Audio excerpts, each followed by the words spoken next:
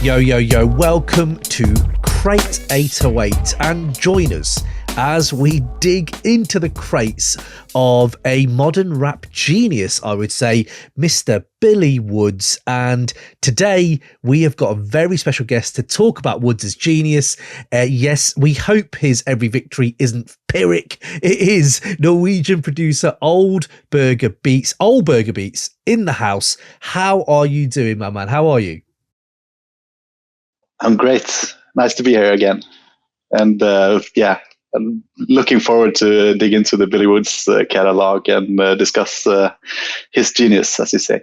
Yes, absolutely. And it is our second time. For people who aren't on the Patreon, go to patreon.com/crate808. We do talk about MF Doom as well. And that was a really incredible chat. I love chatting with you on that.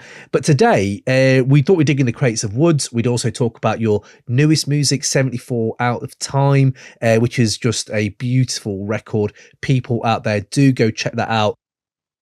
And Billy Woods is on that record as well. We will be digging into that record in a bit. But to begin with, we asked you what Woods song you would like to talk about from his vast catalogue. And we've done a few. And you came out with Soundcheck by Billy Woods on Maps from 2023, which is relatively very recent. So we're going to dig into that.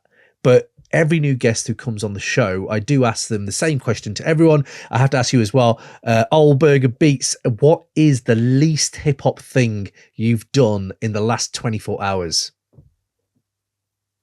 Well, I'm at work right now. So, doing a 9-to-5 office job, typing things in the Microsoft Word. It's very far from the life that I'm living from 5 to 12, I guess. Okay, love that. Okay, yeah, brilliant. Like that. Yeah, no, although people need 9-to-5s, or I think hip hop nowadays is more conducive to a 9-to-5 lifestyle. Back then, it felt like I was listening to violent, like gangster rap fantasies going into like school or work, which it just doesn't work. Whereas now I can kind of listen to something like Soundcheck and something off of Maps, and it feels a bit more relevant to my work day or my normal day. So yeah, maybe hip hop's changed with us as we go.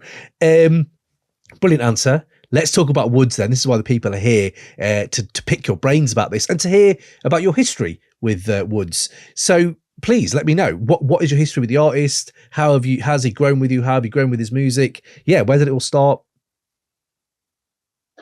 Well, I think I don't really know his catalog as much as like his biggest fans do. That's fine. Most hip hop records, I only have like a chance to listen to it maybe 3 or 4 times, and then I have to move on to the next album. And being a hip hop producer myself, I have to spend all this time listening for samples and finding jazz music to listen to. Of course. So I guess my relation to Billy Woods is more like superficially musically, but I know I really love his album concepts. I love the way he can like put a concept together and make the full LP sound like a piece of art from beginning to end. And I love how he incorporates his like upbringing and his life story into his music, and the same themes we discussed around MF Doom as well. Him being like music only. You don't really know his face and his persona outside of the music. So there's a lot of interesting things there. And he's like the symbol of the kind of hip hop that I'm looking for at the moment. This underground independent hip hop that just feels so important that it reaches the mainstream eventually. I absolutely love what you said there, because I did want to talk about the DNA of Billy Woods, and for you, who was in that DNA. And to me, there is this kind of overarching MF Doom kind of family tree that this is kind of branched off. But then you can say Doom has a lot of branches to his branch, but a lot of offshoots from his branch. But if you were looking at then Woods, and you said there about being a symbol, I find that so intriguing, the contrast of what you said there. You can't see his face. He's not really that, he does do a lot of interviews, I suppose, but he's not putting himself in the public eye a lot. And even then you're like, but he's a symbol though, isn't he? Now he's a totem pole, and even though he's trying to not be recognizable, he kind of represents something about underground hip hop generally.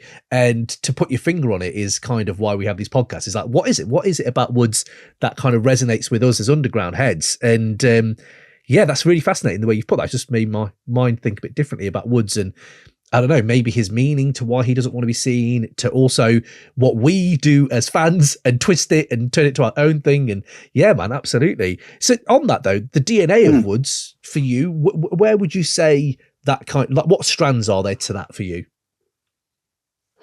Well, to me, the way I discovered him was through like this underground scene in the US, especially.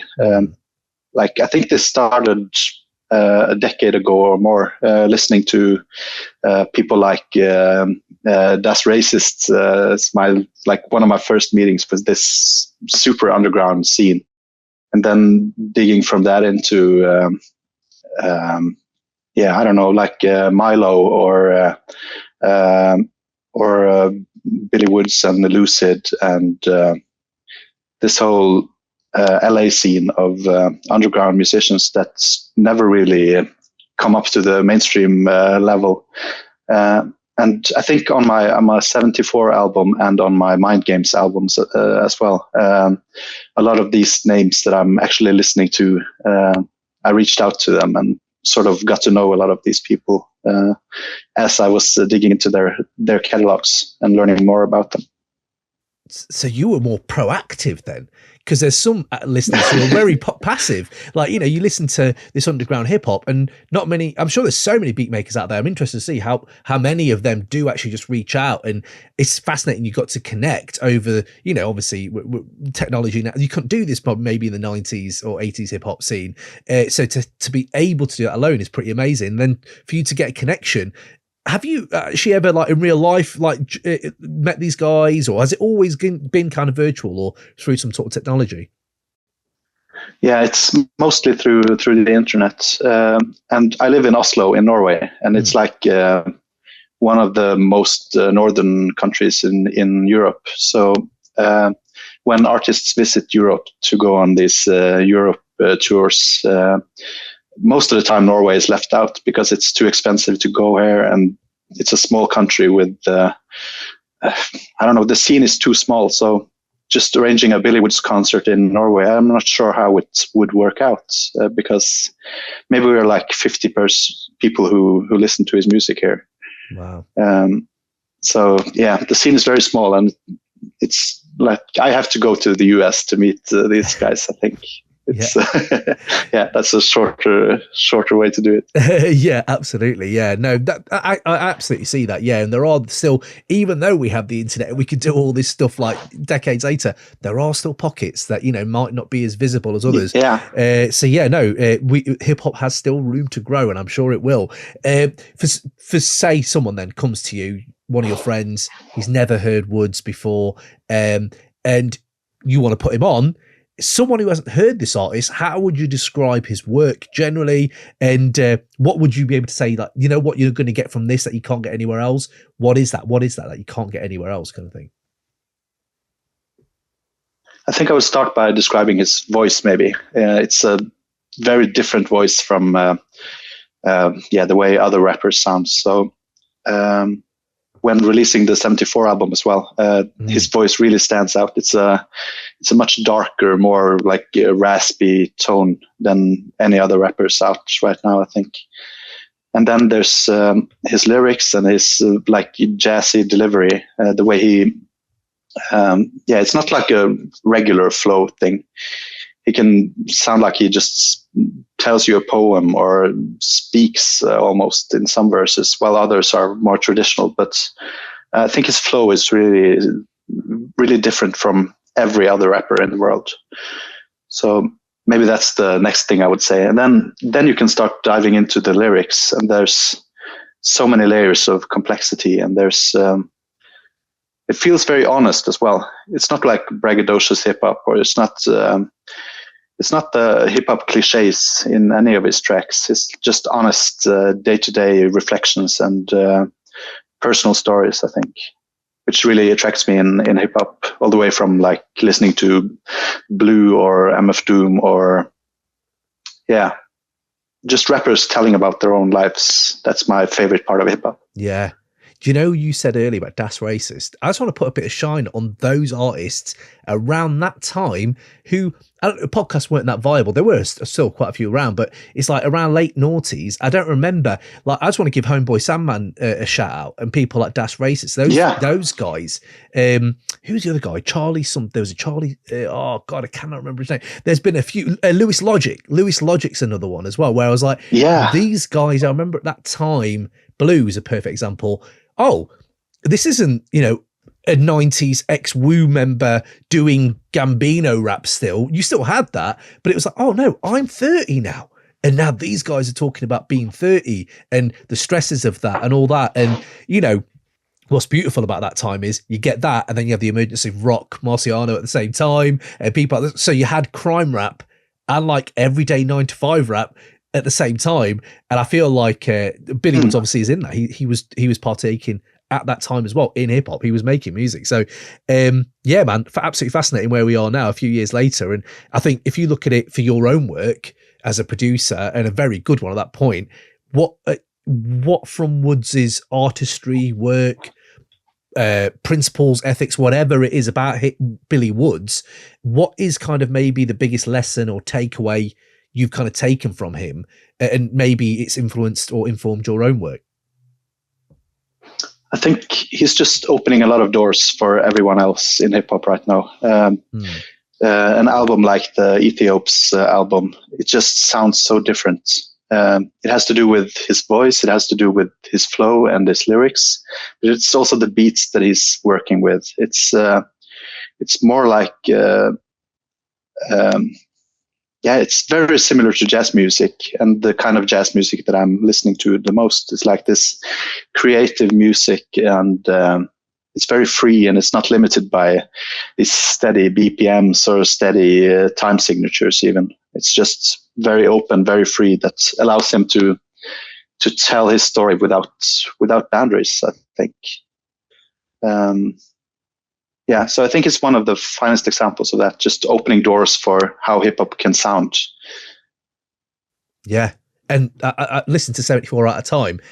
You said about Woods' voice on that album, and I'm like, gee, at 74 BPM, it's really interesting to hear how Woods works on that level, and it soaks deep, bro. Like it is just kind of a verse that, you think, oh yeah, Woods has talked about this kind of stuff before, but I don't know, there's something about the delivery of it on your album where I'm like, oh man, this is like really soaking in a lot deeper, and maybe it is the way he delivers it and the tempo and the BPM of it. So no, absolutely amazing. If you were looking at Woods' catalogue now, then we kind of fascinated on this podcast about like gateways into hip hop, like gateway albums, gateway songs, gateway performances. If you see someone at a festival and you're like, oh, hold on a minute, this guy's amazing. That's happened to me a few times, where I think I saw Stig of the Dump a few times on live in festivals, UK festivals. I'll be like, damn, I really enjoy him live. I'm going to go in. For you, what would you say is the best gateway song or album for a new listener for Billy Woods? I think Maps could be the one. It's more like available, more traditional sounding beats than a lot of his other albums, I think. So Maps feels easy to recommend. I know if you like just any independent hip hop album, or even like the 90s, traditional 90s hip hop, you're going to like the sound of this album. So I think I would start with some of his newest work, and then you can go back and learn his history, I think. Yeah. Absolutely. No, totally agree. And I think there are a few Arm & Hammer albums I've heard, especially I can't remember which one it is, but it's around the mid 2014-ish time. There was an album that dropped where I was like, holy shit, that actually, if you're a 90s head, this is the album to check, because it's such a good great gateway, and they consciously are leaning into that sound a bit more. So yeah, no, these little moments in someone's history where they kind of, retro fit their stuff sometimes a little bit. And yeah, no, I think Maps is a really good shout. I feel that album is it's going to stand the test of time. time, I feel that one is. And I think if we move on to this song then, Soundcheck, interesting. There's so many songs on this album that we could go to. Why? What is it you love about this song? Why was it the one you wanted to talk about? Well, there's plenty of reasons why this is I think it's my favorite track of Billy Wood's in general, and at least it's my favorite from Maps. Yeah, it's first off, I really love the beat. The beat is it's the kind of beat that I want to make as well. It's just this very rare independent jazz sample that's very hard to come by. It has all these crackles, so you can tell it's sampled from the actual vinyl record. It has all these bright percussion sounds that you'll find in my music as well. So I really respect the way the beat is put together. And his beats usually are more like chopped up and more, less like coherent, I think. But this beat is just, it sounds like a loop almost, though I know it's chopped up a lot. So yeah, that's the first sort of key takeaway, I think. And then if we dig into the lyrics of the song, or we could start by just stating the fact that Quelle Chris and Billy Woods is on the same song. Yeah. And Quelle Chris is also one of my favorite rappers, and a guy that I've worked with for a decade, actually. So yeah, that's another reason why I love this song in particular, and the lyrics as well. They speak to me so much. I'm as a hip hop producer and as a guy who should be doing concerts all the time, should be like traveling the world to show my music. I think it's such a hassle, and it's not really something I want to do, but something I need to do from time to time. And the way the lyrics are put together on this, I can talk for so long about the theme and the lyrics for this song, I think.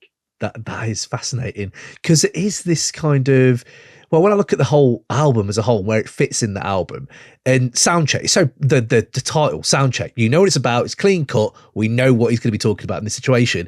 And to think of all the lofty, grand, really kind of overpowering themes from Woods and Elucid's work in their history, to hear them just narrow down, drill down into one, not fleeting moment, because it happens to them a few times, but it's a moment that's kind of short-lived. And I feel like the whole album, Maps, is poised around these examples of fleeting, short-lived moments in our life. And this is just a moment in Woods' life about Soundcheck where you're like, why would this be like of importance to anyone? But there's some real importance to this whole idea of this is so much more, adding another dimension to his artistry. Because I feel like if you look at his work, you can easily be like, he talks about history and slavery and, the diaspora of black people in the world and all this and the grand themes of that and all that. But sometimes you'd be like, no, he just wants to eat a greasy spoon or a Szechuan Chinese food instead of being at Soundcheck, which he hates. And I think to center a whole song around that adds a whole new dimension for some people, for Woods, because, he's a fully formed human being. He has lots of different thoughts, and this album is filled with these kind of fleeting ones. And yeah, absolutely love that. Definitely. I mean, we have the bars here, Ole, and this is, man, let's have a look here. I think I love the parallel of your latest album, 74 Out of Time, and also then you look at this album here, which has so many mentions of time. Time is like a theme of this album, Maps, and yours as well. And I was like, oh, well, this is quite nice to be able to talk to yourself and what, your notions of time and how it all twists and put it into music. So I wanted to dig into that. But I thought the most striking thing when I first heard this song myself was him mispronouncing Pyrrhic and keep calling it Pyrrhic. And I was like, yeah. I don't get why is, until you smoke the right weed, you sit down the right time, and you're like, oh, is he intentionally mispronouncing Pyrrhic as Pyrrhic because he forgets every show forgets every lyric at a live show. Do you know what I mean? Every live show, forget the lyric. And you're like, oh, maybe he's mispronouncing it.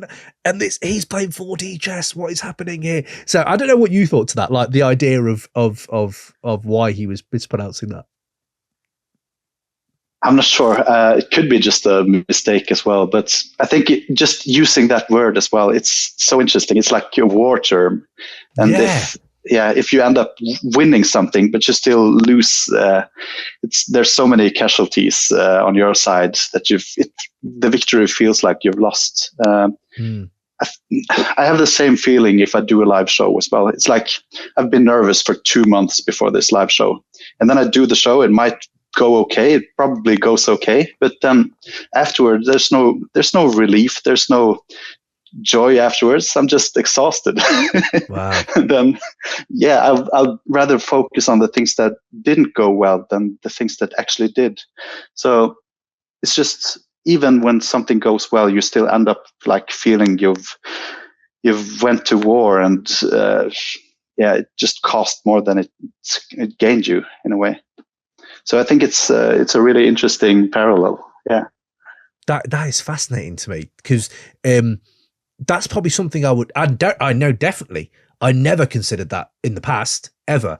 It's only as I myself has started thinking about my own mental health, and the people around me. As we get older, we have kids, we see a lot more maybe grief and death in your life as you get older, and then you start to realize the value of there's a wealth to that. There's a richness of life which isn't material, which is the wealth, just the healthy, like, kind of mindset, maybe. And I never would have thought, unless there was this song and yourself talking about it now, I don't think for a young new artist to get on a stage. I saw Mike in Leeds, and he was so confident, and so he's just one of my favorite artists at the moment.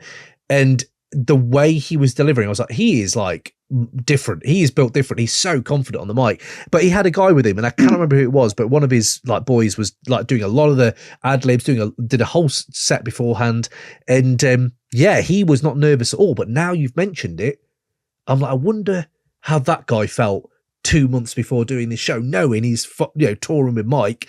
Yeah, maybe there's a toll to that we don't see. And for Woods to the sourness of that hollow victory, like it's a hollow victory, and it's just been undercut by this kind of humor almost, though, to forgetting lyrics at live shows. Like it's not like he's lamenting he forgot the lyric. He's not like he's going, oh, I can't believe. Maybe he is, but the way I took it is he's more like, of course I forget the lyric. I'm a human. I will forget my own lyrics sometimes. And I find that there's always humor to Woods' work as well. So maybe that's informing my kind of interpretation of this. But yeah, no, absolutely. And thank you for sharing that with me, because I think that's really important to know stuff like that. Absolutely.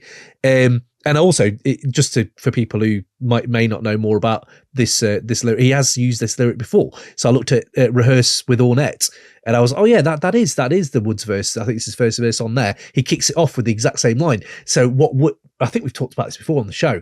What I love about Woods is as well, if you wanted to, you could go through all of his work and it kind of ties together. There's callbacks, there's references. There's mentions of, there's also brings, like, he'll mention a name, like he mentioned, we did a song on Christine, and he's talked about Christine before and his love for Stephen King's novel Christine. And you think, oh yeah, so the tapestry is all like kind of a whole, nothing kind of stands on its own too much. Like there is some callbacks and tying in. So I love that he called back to the Arm & Hammer song. So yeah, big up on Woods on that as well. But yeah, no, for you, is there, please run through these with me, bro. Like run through these lines with me, because I will not be in the green room if it's too lit. Brilliant. Love that. Please, like, could it be the local grease? I just can't imagine Woods at a greasy spoon. Do you know what greasy spoons are? Do you have greasy spoons in Norway? No. Right. No, I don't know the reference. Okay, so a greasy spoon is like over here they started as really working class cafes. So East London, it'd be probably an old woman sweating, making fried eggs, bacon, full English breakfast, cups of tea, millions of cups of tea, and I'm like, and there's a certain charisma and maybe like even tied to like an old way of living when you go to a greasy spoon. I still do nowadays, usually for hangovers. If you're hungover, get a greasy spoon's quite a good place afterwards. When he mentioned it, I almost was like, whoa, wait, did he just mention greasy spoon? Like, that's such an English thing. So he's definitely been on tour here, and someone must have said to him, do you want to eat in the greasy spoon woods? Because it's pretty... And this is just fascinating to me. Another little insight into his world of, oh yeah, and Szechuan, I don't know if you... Black Thought, one of my favourite lyrics is his Szechuan lyric, and I was like, oh man, this guy's referencing Szechuan again, and I'm always glad when that food type gets a shout out. But yeah, no, I mean, look at this shower. He's in a Marriott bathroom blowing barrel water through the vents. I can see now, Ole, why you don't want to do touring, because this sounds like an absolute just nightmare. Do you know what I mean? Yeah. But the things that he references that he would rather do is interesting as well, because when you go to a new country, there's so much to see and there's so much to like explore, and you want to like grasp the culture of the place that you're visiting. But if you're just hanging out in the green room and backstage the whole night, and then you have to leave for the airport the next morning, I mean, you're not going to get any of the benefits that could actually come with the job. If you're able to like go out and like visit the greasy spoon or the Chinese food. So I think, yeah, there's so many things that he would rather do than be at the Soundcheck, and I can relate a lot to that. Yeah, absolutely. And I think there's that.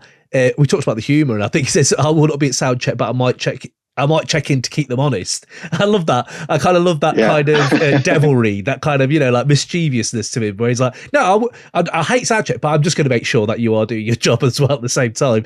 And I think just these bars alone, just these few that we talked about, just these bars all inform this kind of character study of Billy Woods that these kind of episodes we're doing seems to be forming. And I didn't really expect that. I didn't anticipate we'd get to really build this kind of person. He's kind of a fascinating bloke, really. But when you talk to him, I'm not sure how you liaise with him to get him on the album, but I have spoken to him, and he is just such a nice, normal guy as well. So maybe just that gives me hope that there are just normal people walking down the street past me, but in their head are these fascinating life takes and lessons that they want to share with people. And yeah, man, Woods is inspirational on a lot of different levels. Here we go. I didn't even notice this till I went on Genius. I'm not gonna lie. I went on Genius to just look at some of these lyrics. I was like, I just want to, see if there's been any annotations or anything. And I absolutely missed this one. And I was like, oh shit, yeah, that's really good. Where he talks about the worlds around him. And what does he say? Headlamps splash. So I will not be at Soundcheck. Might watch the sunset over your city or from a parapet or a park bench. Exactly what you just referenced, which is like, you'd rather be doing other things. Headlamps splash, squatter tents on my way to the venue, then wave me in. And I'm like, that, man, your descriptions of your world that I may have walked past the same exact thing, but headlamps splash, squatter tents on my way to the venue is just poetry to me, stuff like that. And yeah, man, I don't know what you thought to that, but I absolutely love that. Yeah, that's classic Billy Woods as well. It's just the beautiful, imagery through rap. Yeah, you can it's vivid. I think you can see what it's explaining. Yeah, 100%. Yeah, absolutely. And there's that. I think right off the back of it, I'm from when bottles got smashed over your head in the spot. I'm tense. I was like, damn, there's that kind of like vulnerability that he does come out with sometimes. I'm smiling like I'm not. I'm surfing through the set. Like, again, that's what you've just told me, that insight you've just given me completely makes me think differently about them lyrics now. I'm smiling like I'm not, I'm surfing through the set. And it's like the human undertones to Woods' work are just too real sometimes for you to really, oh yeah, no, that. So yeah, thank you for, again, making me think differently about this song as well. That's mad. Yeah, absolutely. Sure. But that's the kind of mask that you have to put on, a mask being like a whole theme in Billy Woods' catalog. But you can, you kind of feel like you have to do a good job, and you have to smile even though you're like exhausted from the plane travels. And yeah, I'm sure he's like very dedicated to his work, and he probably feels that he should be at Soundcheck just to make sure that everything's going great, and he wants to put on a great show for his fans. But yeah, I think it's very complicated, this whole just the lyrics and the experience for him as well. Yeah, yeah. For what is such a simple sounding song title, it is actually, you're right. There's a lot to this. I can now see why it's your favourite. There's that, you talk about masks and the reference of, is it rap beef or is it on site? And I'm like, holy shit, rap beef. Straight away, my mind goes to Food. And you've got MF Doom with the mask. And then on site being a Kanye song, and Kanye's taken to this thing of wearing a mask as he's slowly, devolving into this whole new creature. I don't know what he is now, but it's like this idea of masks is still there, but the potency of that, then talking out they teeth, don't even know what I look like, I think I'm going to be all right. Remember we talked about earlier where we were talking about Count Bass D and how he'd have Daniel Dumoulin standing next to him and someone would come and talk to them and they'd be like, oh my God, what's it like to work with MF Doom? And MF Doom standing next to him, but he's got no mask on. I love little things like that, man. I love little things like that. And I think Woods to have that same experience, which I don't even know what I look like. That's amazing. Absolutely amazing. Wonderful. But if we're moving into, you talked about Quelle Chris as well, mate. Quelle Chris, that we can't not talk about that feature he brings on here. Please tell me what you think about this, the lyrics on this. Yeah, I think his take on the Soundcheck theme is more like, he sounds more like he's enjoying this. It does. This thing, like meeting his rap comrades in Jay Electronica and Lauryn Hill and it's a lot of humor and a lot of references to the sort of rap gig that everyone can relate to. And I've heard all these stories about Lauryn Hill and how she's as a live musician and how it is to work with her and things like that. So his small comments about that is really fun as well. And the one time I heard Jay Electronica, he actually talked about Elijah Muhammad for the whole set, I think. See? References this, So I think the small references that he has to his living on stage is really fun. Yeah. And do you know what it also taps into is, I don't know if you remember these conversations with other hip hop heads, but is hip hop a good medium for live music? Is it conducive to live music? Because everyone has like, I don't know, Led Zeppelin, Pink Floyd in their heads and all this. And then you have people like Michael Jackson who you're like, oh my God, live shows are like such an important part of their whole music. And then you look at like hip hop. And I remember at the time, there was a lot of chat, late 90s, early noughties, from my people around me saying like, hip hop just doesn't work live. And I remember thinking that really, you think that? Like, I don't know, because I've seen DMX at Stratford Rex and it was like I may die, in this game. It felt very, very like real at that point. And I think it's just this thing where you think, have you seen the right people? And KRS-One, for all the foibles of this guy as he's got older, his live sets were pretty incredible because he'd have the 5 elements behind him. There'd be a guy doing graffiti. There'd be a guy breakdancing. There'd be a guy on this, and this guy really is talking about the fundamentals of hip hop kind of thing. So yeah, when he talks about Lauryn Hill, fuck your curfew, come and chill. As hip hop heads, we all know what this means. Like, hip hop acts don't turn up. Lauryn Hill definitely doesn't always turn up. It's almost a running joke now. And then the Jay Elec thing you said, I've seen Jay Elec and I've witnessed that firsthand. Talk a whole set and kill it still. And yeah, I remember this. I remember this here. And we were like Hanover Grand or something. I can't remember. It was London. And you're like, this guy, is he just going to keep talking? He is just going to keep talking. Okay, cool, wicked. This is what we're doing. Shout out Cannabis. Cannabis did that a few times in London as well. And I am going to put this out there that Cannabis is the mardiest MC I've ever seen. Like, Mardi being like the moodiest MC. Like, bless him, he had a lot of issues maybe with anger and stuff, but Jesus Christ, he would be at this show, he'd have the mic, and he was like, fuck what you all think. I ain't doing shit. I've got the mic. You're going to listen to me. I'm here. And you're like, what about the music? No, I'm just going to be on the mic and do. So yeah, they do. Hip hop is different sometimes. It is different. But we can't talk about Quelle Chris and not talk about The Last of Us on the 74 album. Bro, like, for me, the beat is great, but also just the verse of the year contender, man. What did you feel when Chris is just like, there you go, I've got this for the track? Well, I think it's maybe my favorite Quelle Chris verse as well. I think his Yeah, we've worked together on several occasions since 2014, and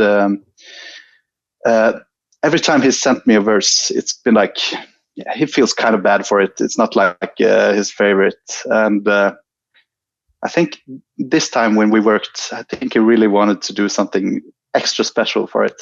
So it feels like in maybe one of the best feature verses I've ever received, I think. Yeah, it's a standout for sure. Yeah, I love his hook. I love all the thoughts he put into the references in his verses, from the like gangstar references down to basketball references, and yeah, that's my favorite kind of hip hop, when you can like dig into each line of the verse and there's all kinds of information and knowledge to learn. So yeah, Quelle Chris is a perfect example of that kind of reference heavy hip hop. Yeah. For you then, Quelle Chris, tell us a bit about your history then. You have worked with him for a long time. How did that come about? What have you maybe got from his work that maybe you can't get from somewhere else? Yeah, the first time I heard him was together with Denmark Vesey, their early mixtapes together and things like that. So I've been a fan of him for decades, I think. And when I put together my first LP, the High Roads LP, I got in touch with him through through social media or something like that, and he was very easy to work with back then, and has been all the way. And back then we worked together on a track called The W, where he talked about his wins and losses throughout his rap career. And then, for every project where I've been working with different rappers, I've been in touch with him, and we have like 5 or 6 tracks together, I think. Yeah, it's always a pleasure to work with him. Yeah, no, there's a real relationship there, and it's it's wonderful to hear that. And yeah, W, good shout. What a pull. And this is what I mean. There's a history there, so people do go back and check these things out. I mean, if we're talking about 74 and we're talking about obviously Woods at the same time, I suppose it's best to kick off Black Sabbath. You've got Woods with the God for Him, which when I see that on the track list, I'm like, okay, this is interesting. I like to see where this goes within the concept of the album as well. Yeah. You know, when people out there do go check that, as again, like I have said. And then how for you though, let's talk about Woods on that track. And how did Woods' work fit into maybe the theme of your album as a whole? I think it fits perfectly with where I want to be in this hip hop industry. It's kind of the spaces that he's making for himself and the way he expands what a hip hop album can sound like. I think I kind of want to reach out to his listeners and try to make them see what I'm trying to do as well, because I think it's so inspiring the way he puts his albums together and the way he makes it sound like the same piece of art from beginning to end.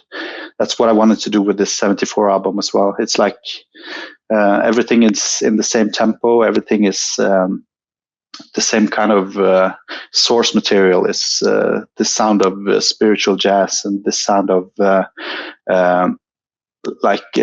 revolutionary soul music, music that's trying to make a difference in the world. And I wanted to reach out to rappers that could convey the same message that the sampled material would. So that's the kind of reason why I reached out to Billy Woods. I know he has plenty of stories to tell, and he always gets political and introspective in his verses. So I wanted him to tell one of his stories for one of my songs. Yeah, no, and it's again, concepts of time. 74. What made you land on that year or BPM in particular, and that kind of music from that time? What made you land on that? I think my favorite era of music is the early 70s. It has to do with where jazz music was at the time, where this free jazz was developing, and it also has to do with the political landscape at the time, and it has to do with the instruments they were playing. There's a lot of flutes and electric pianos and the bright percussion sounds that I'm always mentioning. And yeah, I really like the soundscape and the sound of the early 70s. It doesn't really matter if it's like 72 or 73 or 74, but as I started making this album, I ended up with a lot of beats in the 74 tempo.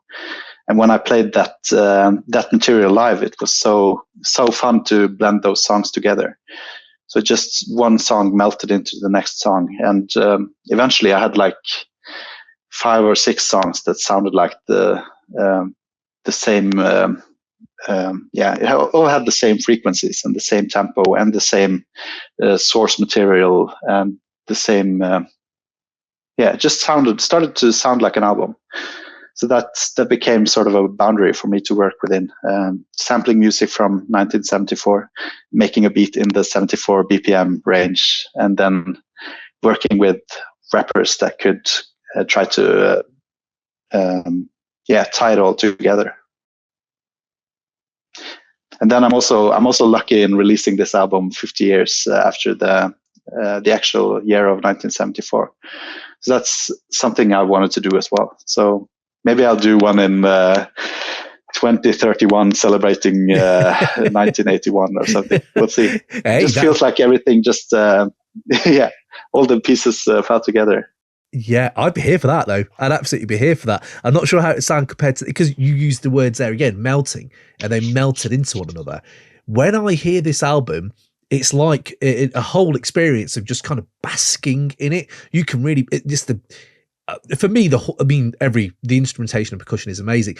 The horns, there's something about horns anyway. Horns on flutes usually, I think we have a xylophone and flute hip hop playlist. So if you have any xylophone or hip hop or flute hip hop based songs, let me know because I'll put it on that playlist. But I think there's something about the horns on this as well, where I was like, oh man, this is just, I could just really bask in this and kind of wallow in it. And the experience is whole. You have a whole experience. And you said earlier about like lyrics that you reference things and they're more enriching. You go back and you learn more things and you kind of get more from it each time.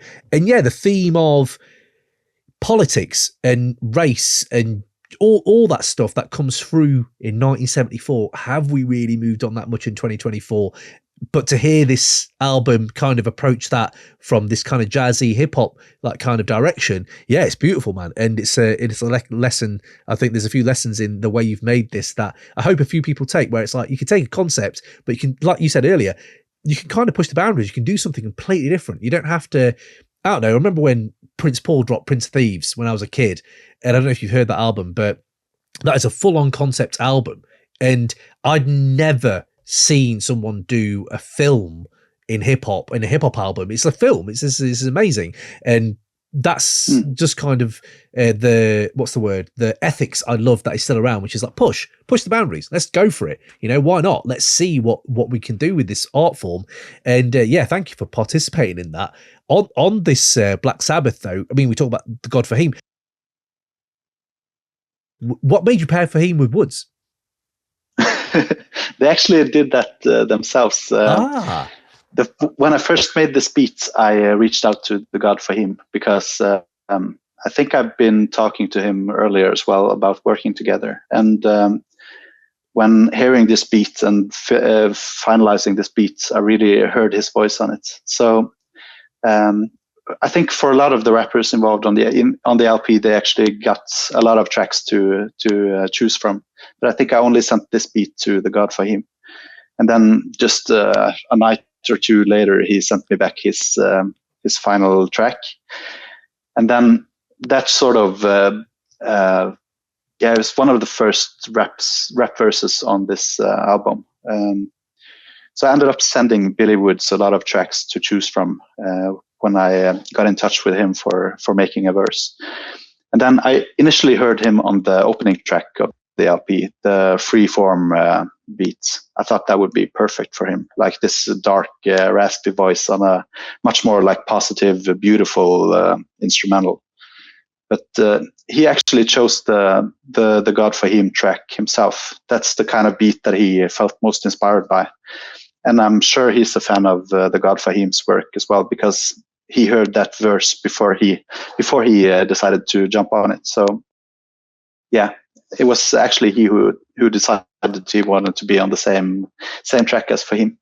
That's fascinating. That's fascinating to me that Woods picked it out like that. I thought as a curator, you may have been in charge of doing that, but yeah, no, love that. I think the lyrics on that on Woods, we've done Soundcheck, but we may as well just do the lyrics of Black Sabbath as well, because they're definitely worth a look. And you think, I love that he references his peers like this when he says the grey Sunday stayed in on Black Sabbath I spun backwards, firing the hole to old friend. And I'm like, oh shit, that is this Earl's album, Earl Sweatshirt's Sick album. And I was like, oh, so he's the way he's all got Black Sabbath, and everyone remembers Black Sabbath heavy metal, the devil worship, play it backwards. Oh, something could happen.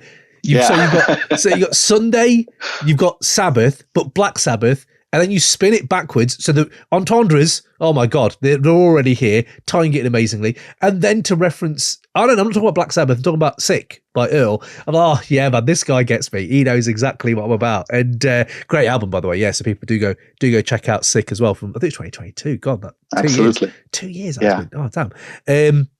But yeah, no, these bits, I'm not gonna lie, Woods does have lines sometimes that are so cutting, they hurt me. And I'm like, oh shit, he genuinely just said, sad like old timers cuffed in boot cuts and Tims. And I'm looking and my Tims are sitting there outside on the shoe shelf. I'm like, oh fuck, yeah, it is sad. Like, I know the sadness that is a sad, like there's this hanging on to Onyx, I'm never going to let go of Onyx or like, or Black Moon or anyone like that, the shouty choruses, Timberland boot wearing, MOP, Mobb Deep vibe. And I just thought that was a fascinating line that really cut me hard. So thank you, Woods, for hurting me there. And, but then he has the deep lines here. And I don't know how it must feel for you when someone delivers this to you on your work, where he says, I used to think the means justified the ends. I had it backwards. I made amends. I could talk about that for hours. Like that is such a fascinating way to look at life. And then to be, oh no, I had it backwards and I made amends from that. There's some kind of what's some more? There is a hope. There's hope in this verse from Woods as well. It's not just dark, people are sad vibes and all that as well. It's like, oh yeah, damn, that's amazing.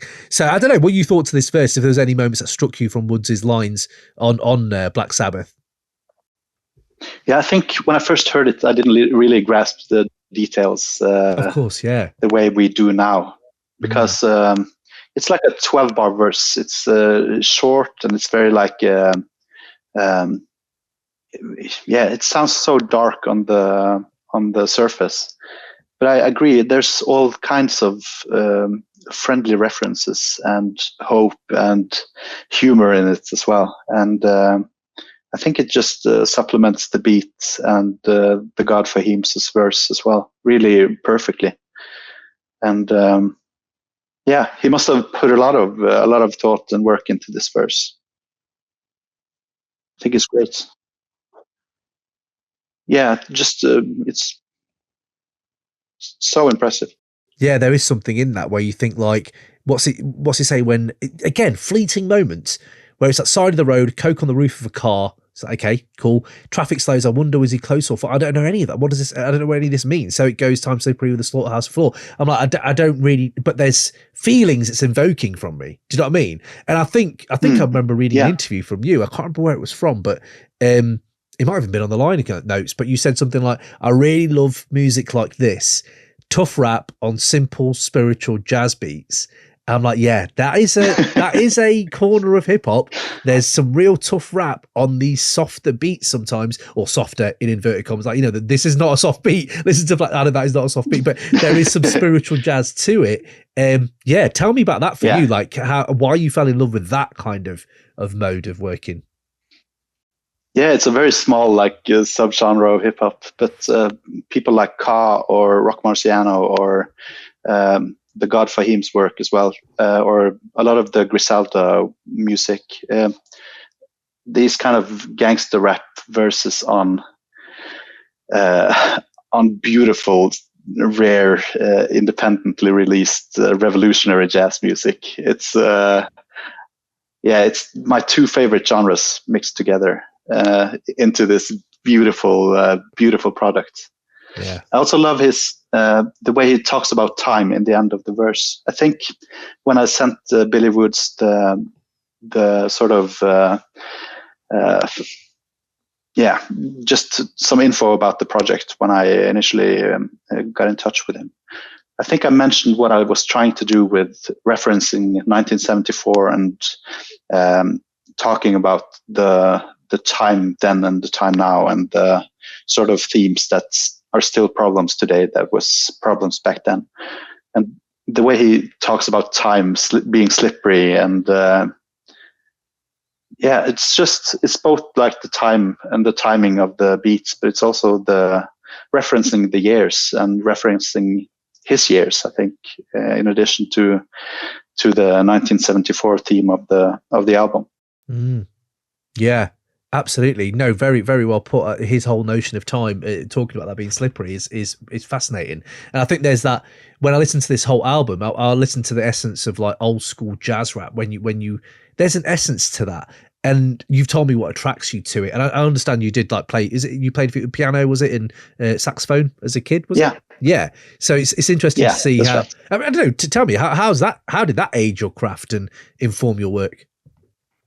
I think it's easier for me to make hip hop beats with that background, right? Because the sort of musical theory is, it's always been a part of my upbringing. And I grew up listening a lot to jazz music and soul music as well.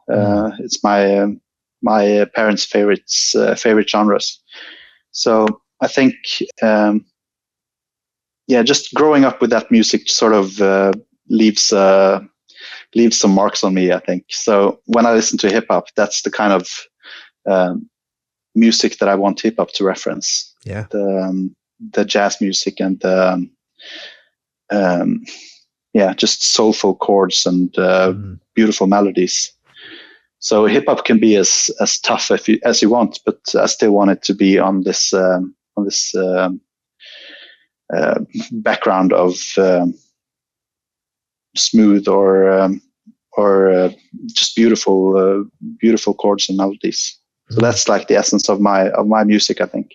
Yeah, definitely. And I think another part of your music that I've heard up to this, like Dialogue as well, we can't sleep on that. It's such a good album, man. Like, I don't know if you remember, I don't know if you ever saw this, but we voted that as one of the albums of the year. I think it was like 2021, wasn't it? And I was like, that was when you first really came on my radar, I have to say.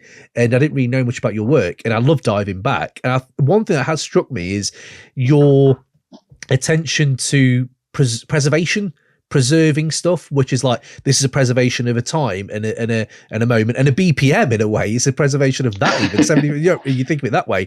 But I also think like sampling alone, like the way you sample compared to someone like Nicholas Craven is very different, like loop driven compared to the other ways. And I'm like, this is such an interesting approach to sampling for yourself. I would say, I just wanted to ask you, do you ever feel, first of all, does hip hop have like a code of conduct maybe when it comes to stuff like this and preservation? And do you ever feel the pressure of kind of staying true to those principles of preserving a sound, if you know what I mean? Yeah, absolutely. I think it's one of the sides of hip hop that attracts me the most. And I'm sure you know this as well, just the name of the podcast being Crate 808. It's, the Crate references sort of this catalog of vinyl records, where you go to a record store and you dig in the crates and then you build your own crates at home. It's like this library of music that inspires you and that is important for you. So that's absolutely a way that I'm thinking about music. I kind of want to introduce the music that I'm listening to from the 60s and 70s to a new generation. And I think it's more interesting to find the unknown music from that era and introduce that to an audience for the first time. Even I think a lot of my music has become more known than the music that I've sampled, and that's very special to me. Yeah. So my hopes for the future is that I'll be able to work with sampling as a 100% legal thing, than being able to tell people about what kind of records and artists that I've sampled and work with. So I can open doors for them and let people go back. So just adding like these sampled artists as featured artists on Spotify, for example. So you can just click their names and listening to the original material. That's something that I want to do, but some legal issues kind of hinder me from doing that. But maybe sometime it will be better. Yeah, absolutely. And I love that response. And there is that art of, I remember listening to Dilla Soul, and then they're putting on IB Blowing, stuff like that. They're putting on these artists as well on their records, on Balloon Mind State, where you're like, oh, that's amazing that you got to do that. So yeah, no, absolutely. Just reminding myself, I have to buy Balloon Mind State on vinyl. I have it on my list. I keep forgetting to get it. I need to get that today. Sorry, but I just had to say that. There's one thing. I think I told you off mic. I'm just gonna put it on the mic so everyone knows. Everyone I've recommended your music to likes it. Like, it's just about exposure sometimes. And you're like, everyone I've recommended it to has been like, holy shit, this is really good. I'm like, yeah, exactly.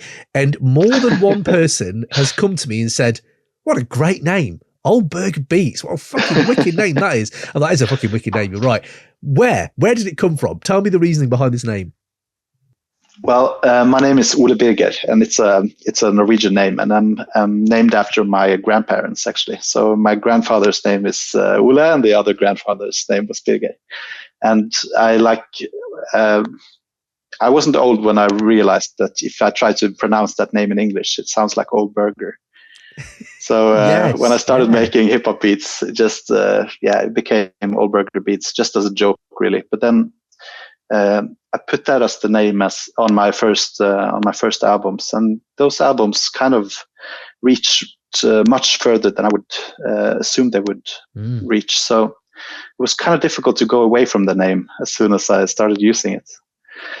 But it started out as a joke and as a reference to Old Dirty Bastard, and as a references to there's all kinds of jokes behind it, but now I can't move away from it, I think. I'm glad you did. I love it. It stands out. As soon as someone says that to me, I'm like, oh yeah, I probably will check that just off the name. You know, I am that kind of guy sometimes. But yeah, no, absolutely amazing. For you then, you talked about there, started as a joke. Let's start with, I just wanted to hear about like your start of hip hop when you first started. It can't be easy to kind of make music to get to where you are now. So obviously a lot of props on that. For you though, when was that moment when you were like, oh, actually, what I'm doing is quite good. I'm actually quite good at this. Like, people enjoy this, and I'm getting some sort of validation maybe for my work. Where do you remember that time? Sure, I think so. But I think it was more about just enjoying making these beats more than getting validation for it. Right. At least in the beginning, because when I made the High Roads album, which is my debut album, I had made a few EPs before that, and I don't know. I don't think a lot of people bought the EPs. I just made them for fun because I enjoyed making beats, and I'm really interested in physical products as well. Right. My daytime job is as a designer, and I love just making things. So I just ended up making these CDs for the EPs that I made, and just started shipping them out to friends and family and record labels and just people that I thought maybe would enjoy it. And I always dreamed about making a vinyl LP as well. So for my first album, I had the opportunity of putting my music on an actual physical record. So I think those kind of milestones were really important to me, and I just did it because these were kind of goals that I wanted to achieve in life more than like getting respect or love for it. I think, I've always just been doing this because it's a way to just get your feelings out, and a way to I don't know. Just it feels like I need to be a creative in everything that I do. I need to create things, and it just makes me feel good. Yeah. I think. Yeah. Yeah. Yeah, no, absolutely, absolutely amazing. I love that because it's just it gives me hope sometimes where you're like, people are just doing this to create. Do you know what I mean? Like people are just doing this to create. Like this podcast for me, it's like I can't just sit at home. I can't. I need to do something. And it's nice to see other people out there and just to see where you're going with it is fascinating to me. I want to dip into a few other things with you, and I have a few categories on Soundcheck as well that I'll just a few fun ones I thought we could get into. But it's not often I get a artist on who has played football at some sort of good level, and I'm a massive football fan. And I work in football, so everyone who's a regular listener knows I love a football reference in hip hop. This is why I love Navy Blue. The man is not afraid to drop a Ronaldo reference, or it's great. I love that, and it's just little things like that. Yeah, I love that too. Yeah, I'm glad. Ole loves that too. There's this thing where as a kid, you'd never hear that, and even now, I see Kendrick Lamar at a PSG game, and I'm like, oh, that I don't know, feels good. That feels good to me that Kendrick Lamar's at a PSG game somewhere in the world. But for you, and I understand that you played quite well as well. How did you ever have this as a kid? Now I remember this as a kid, especially going into teenage years. You'd have everyone kind of just loved football. No one really talked about music too much. Obviously, everybody starts to get into music in like 12, 13, 14, 15. But at that same time, a lot of people are still really, really playing football a lot. So sport generally, how did you manage, or was there even a tussle between sport and music and what you're going to participate in? Because there's only so many hours in a day.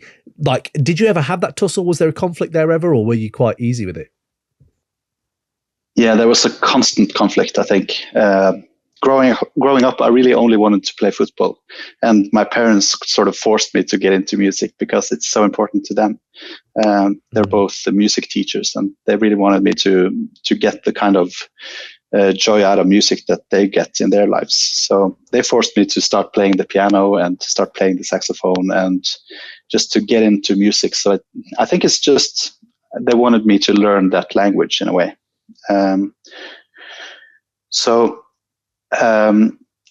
There was always soccer or football matches that I had to go to growing up. And sometimes I had missed out of practice because I had to go study piano or do these other things. And that felt so bad for me because I only wanted to be a soccer professional and be as successful on that as I could.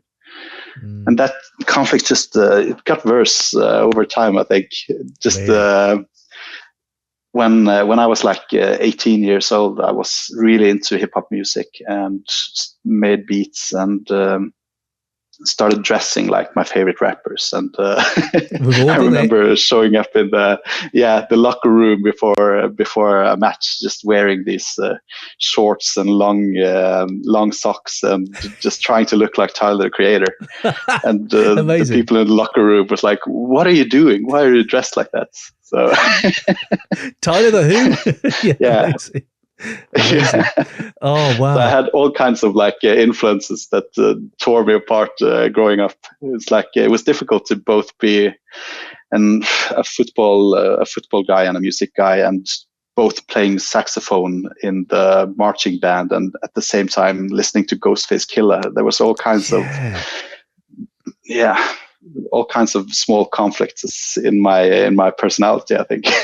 Yeah, I just remember that well, man. I remember when there'd be players who are amazing, and the players who have low socks, they don't need to try. They don't even break that Xabi Alonso. They don't break a sweat. It's fine. It's all good. And then you're like, soon as they hear Cypress Hill, a year later, they're smoking a joint at the football game, and you're like, mate, come on, we're here to play a team. And you're like, no, I'm all good with it, but they're still good. But it's like you definitely, and then you are like, am I letting my team down? So yeah, I just thought that was a really fascinating moment in teenagers' lives or young people's lives.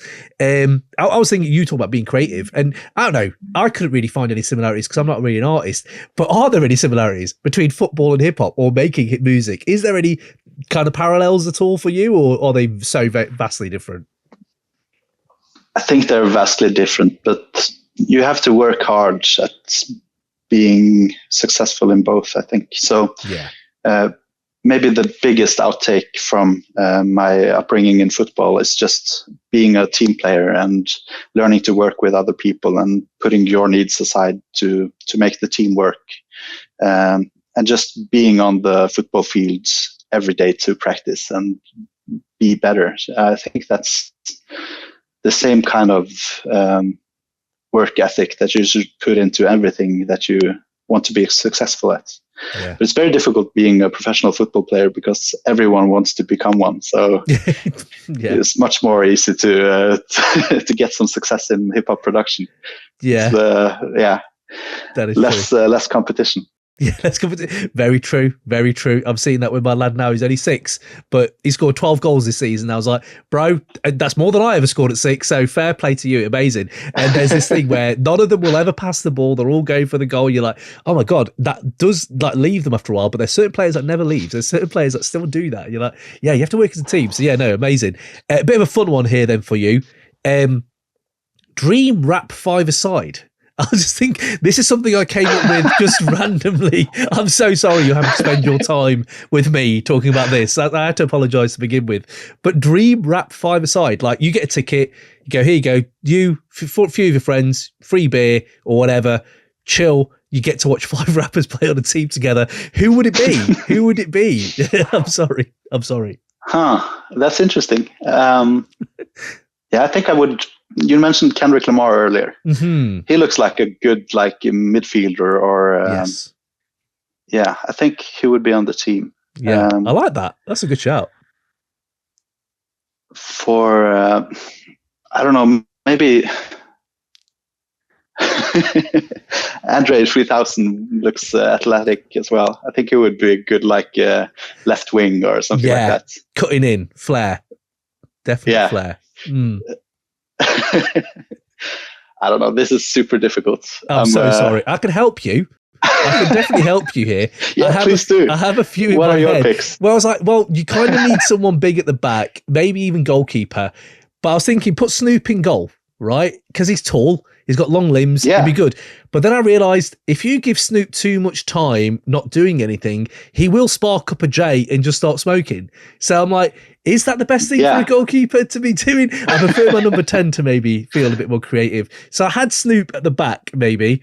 And I'll be honest, I actually ran out. I was like, if you want a maverick in the team, I can only think of ODB. Like, imagine ODB is like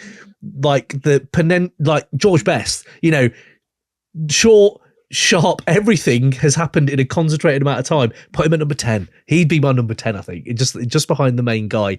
Nice. So ODB was there. But I don't know, this might just whimper out here because I can't think of many others. But I was like, you kind of need like a unit, a DM, like a unit. So DMX maybe, like huge unit.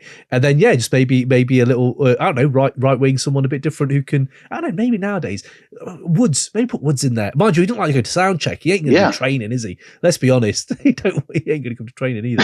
So... Yeah, and I think someone like JC or Nas, they could be like defenders.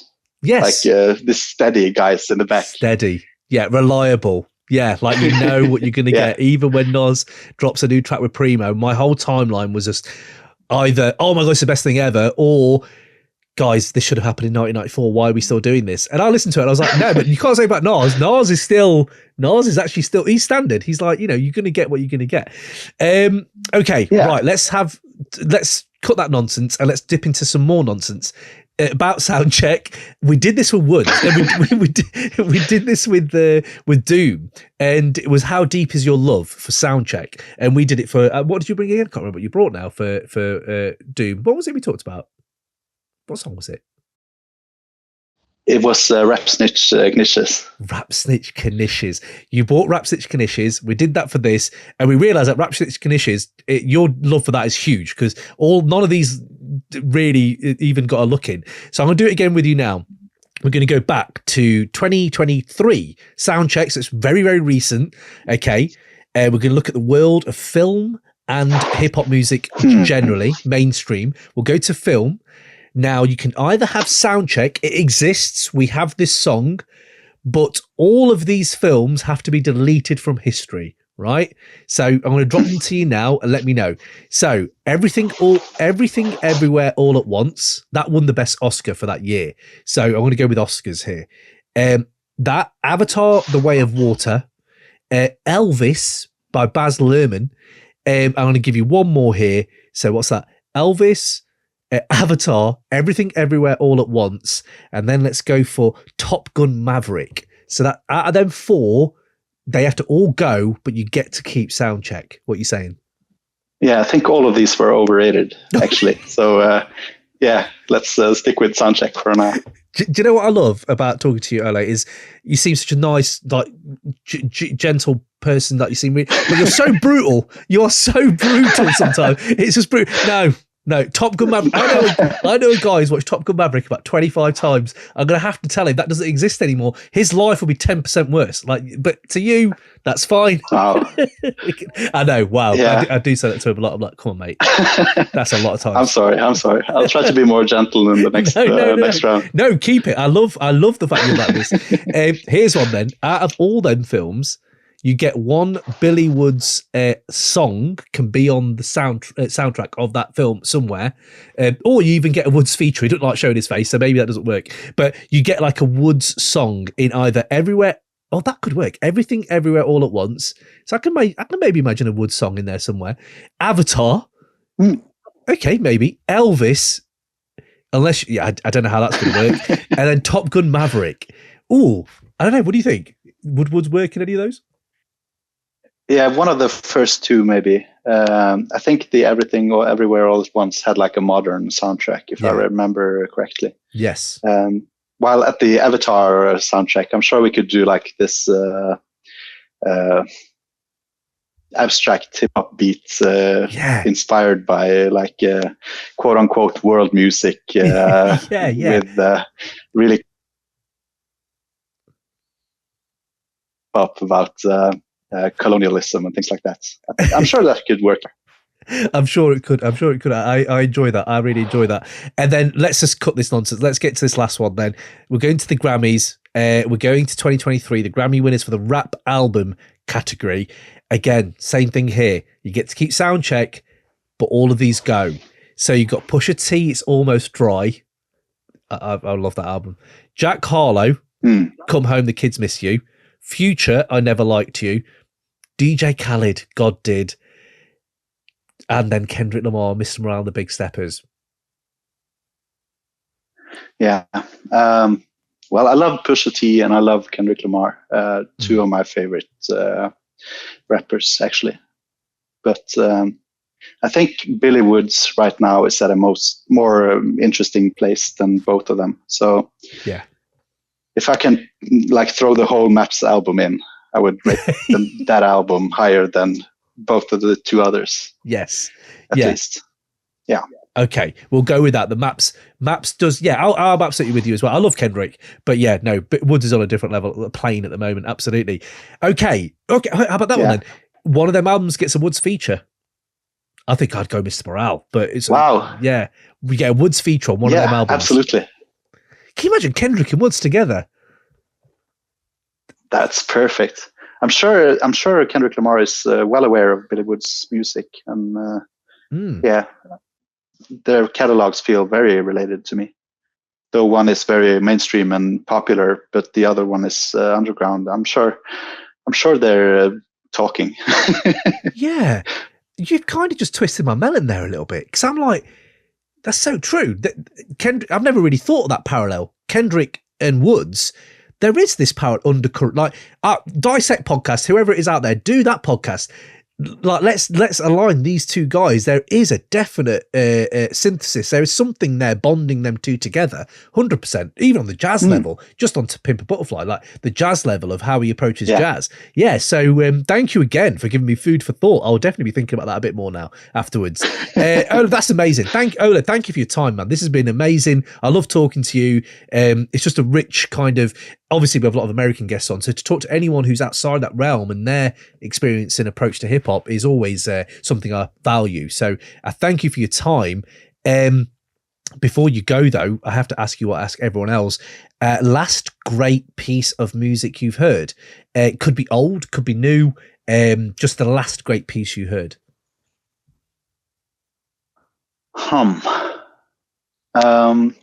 I've had a few days of listening to ECM records at home.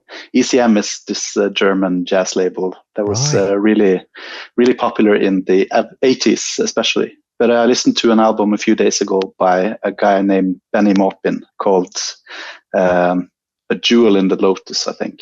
Right. It's beautiful. It's the kind of music that you can sample and make gangster rap on. Oh, wow. Okay. Yeah. Okay. So that's the kind of music I'm listening most to. Beautiful. That is beautiful. Always love a recommendation, especially we're going back all the way back then. So yeah, no, absolutely amazing. Thank you. Ole, let us know then, man. Anywhere can we find you? Is there anything else you want to push? Is there anything you got coming up? Yeah, let us know, man. You can check out the new album 74 Out of Time on Coal Mine Records. I will have an instrumental version of that dropping this summer. And later in the fall, I'll release a new album as well, I think. So there's always new music coming. And if you like the 74 album, you should also go back and visit the Mind Games album from 2017, I think.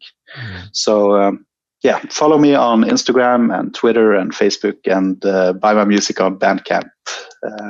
That's like the most important part, I think. Just buy the vinyl records and support artists that you like.